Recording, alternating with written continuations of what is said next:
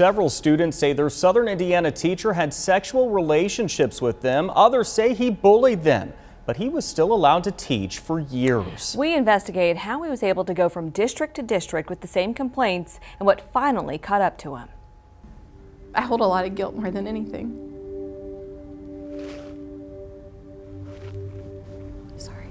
Painful memories for Ashley Nation from her senior year at Silver Creek High School in Sellersburg back in 2008, all coming to light now. This story began because of Ashley's courageous phone call to North Central High School reporting Nathan Schule's behavior. Nation is identified as victim number 1 in this complaint from the Indiana Department of Education.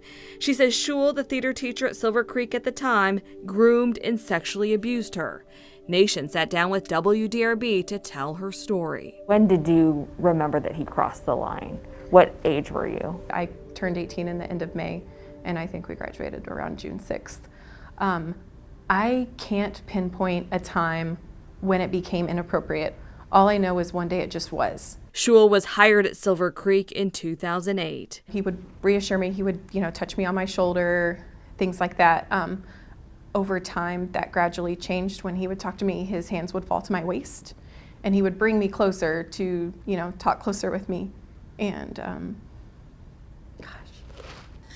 Kathy Ryan was Schule's assistant theater director at Silver Creek and says several students and parents had plenty of complaints about him. Yelling at students, screaming at students, calling them names, allowing his wife to come in and do the same thing. He resigned from Silver Creek in 2012.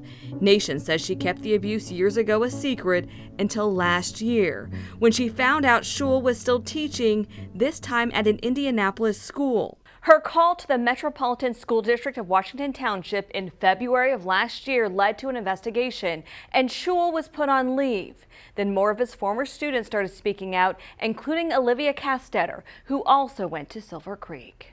There were times that my mom and I were having a hard time financially, and so Mr. Schule would help us with food or clothing.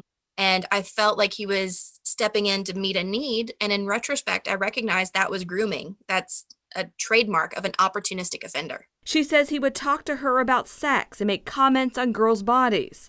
His former students at Silver Creek and North Central victims claim Schule inappropriately touched female students and created a toxic environment. it's almost like he encouraged an inappropriate atmosphere. We were encouraged to talk about sex, to talk about drugs, to talk about alcohol. We were encouraged to explore our sexuality. Ryan says she witnessed Schule's erratic behavior in school. Threw a book, threw an electric pencil sharpener at a student and hit her. Just sort of out of control anger issues. And what did you do? I probably reported him 12 to 15 times to the people that I was supposed to report to the principal, to the assistant superintendent, to the superintendent, and to board members. But she says no one listened. We reached out to Schule and the leaders who were in charge of Silver Creek at the time, but they did not respond to WDRB. Some of the victims feel like administrators altogether, even you, could have stepped in a little bit more. Do you feel like there's anything that you could have done to try to stop this from going further? I think, honestly, I think I put my job in jeopardy.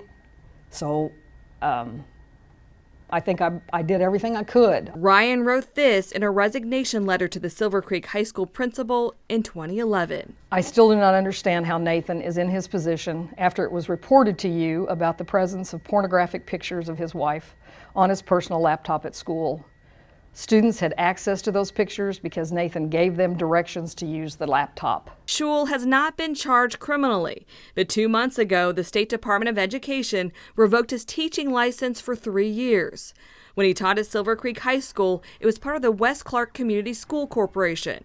Schule was then hired at North Central in the 2013-14 school year. That school district says it later learned Schule was untruthful in his job application, engaged in inappropriate and criminal acts while at West Clark, and continued inappropriate and unacceptable behavior while employed by the district. He was fired last May. That same month, Nation went to the Sellersburg Police Department to tell them what happened years ago. He came up to me during that show and he kissed me, and he would stick his hands down my shirt, and he would, touch my face and touch my neck and my chest. And at that time, what was going through your mind? He told me that nobody would understand that this was how he cared for me. Right after I graduated, we did a summer show together, and that is when our relationship escalated to us having sex. At the police department, she learned the statute of limitations had passed, so it was too late to pursue a criminal investigation.